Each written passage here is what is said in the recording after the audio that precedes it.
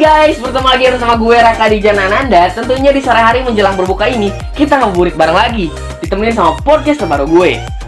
Podcast gue kali ini membawakan tema yang terbaru, yaitu tentang manajemen.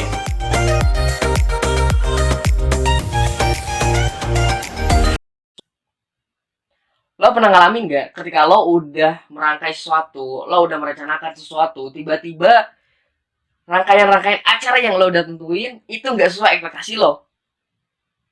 Acaranya delay, ngaret, kemudian durasinya itu yang harusnya pendek jadi panjang.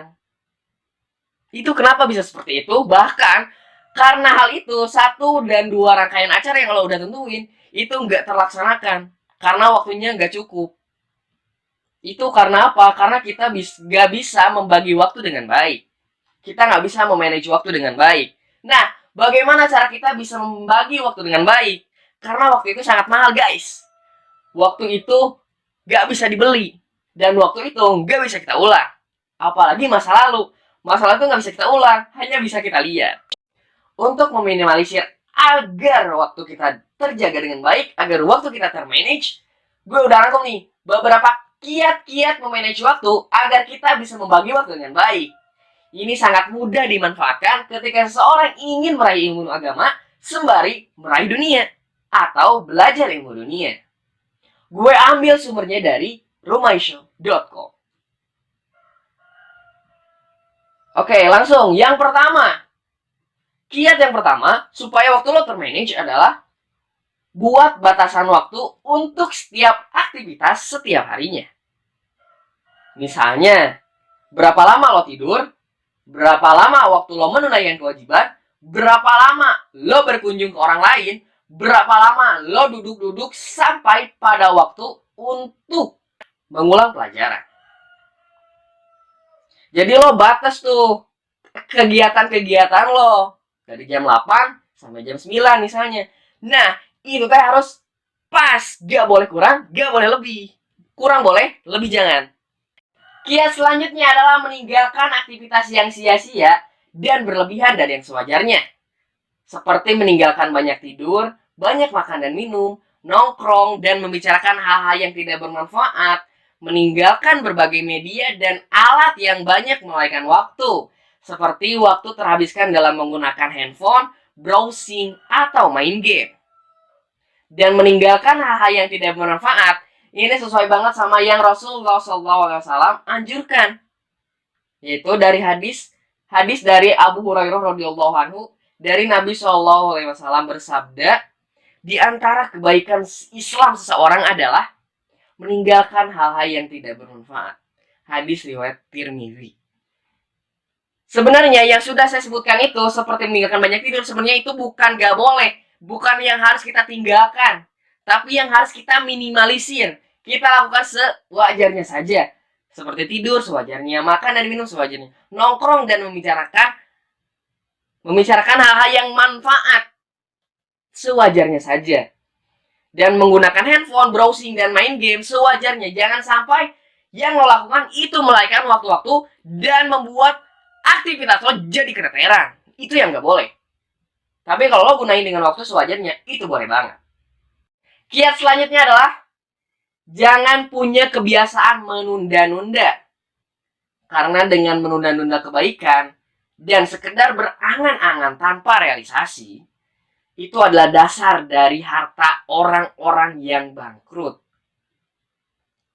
Contohnya seperti, besok ajalah menghafal matan kitab, besok ajalah menghafal Quran, besok ajalah menulis laporan, besok ajalah menulis makalah, besok ajalah ngerjain tugas, besok. Yang dikatakan adalah besok dan besok, nanti dan nanti. Jika memang ada kesibukan lain dan itu memang kebaikan, tidak masalah jika lo men-set waktu dan membuat urutan mana yang lebih prioritas yang lo lakukan, karena itu bisa menilai manakah yang lebih urgent. Namun kalau masih banyak waktu dan benar-benar ada waktu senggang untuk menghadiri majelis ilmu, murojaah, menulis laporan, mengerjakan tugas-tugas, kemudian menundanya, ini jelas.